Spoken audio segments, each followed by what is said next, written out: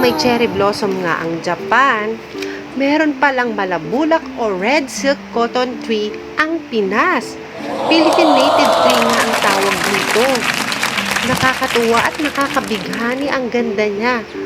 Akala mo ay mala cherry blossom na ganda.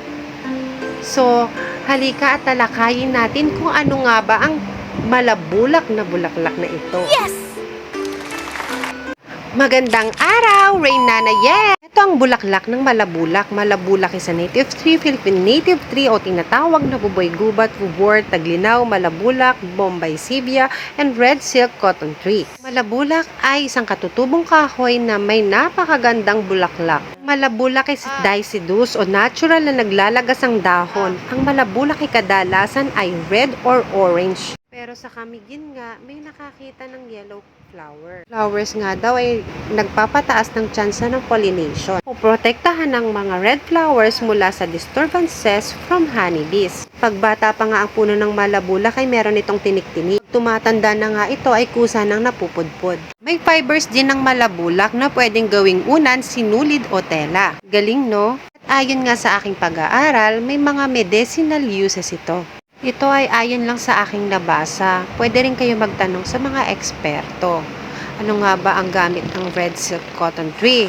Mga pwedeng gamit na panggamot, ginagawa ang mga ito upang gamutin ang mga problema sa balat, ang mga batang ugat ay diuretiko, atanic. Ginagamit ang mga ito sa paggamot ng cholera, tubercular, fistula, ubo, reklamo sa ihi, polusyon sa gabi, pananakit ng tiyan dahil sa dysentery at kawalan ng lakas. What is the silk cotton tree used to? The fibers are almost pure cellulose, beyond impervious to water, and have a low thermal conductivity.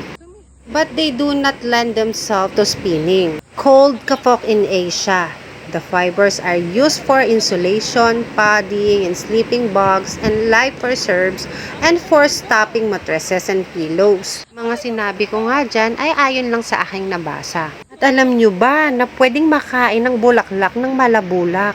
Sinasahog nga ito sa mga curry at noodles dishes. Kung na-curious nga kayo at gusto nyong pag-aralan, i-search nyo na kung ano nga ba ang katutubong kahoy natin na malabulak. Bukod nga kasi sa ganda ng bulaklak nito ay may mga medicinal uses din pala. Kaya naman nakakamangha talaga. Kakaakit na nga ang ganda niya, nagagamit pa pala sa pagkain at sa panggagamot. Patuloy nga nating i-promote o i-mainstream ang Philippine biodiversity and natural heritage. Nang sa ganon, dumami pa ang makakilala sa malabulak o iba pang Philippine native trees. Sana may natutunan kayo sa ating video. See you next vlog. Thank you for watching.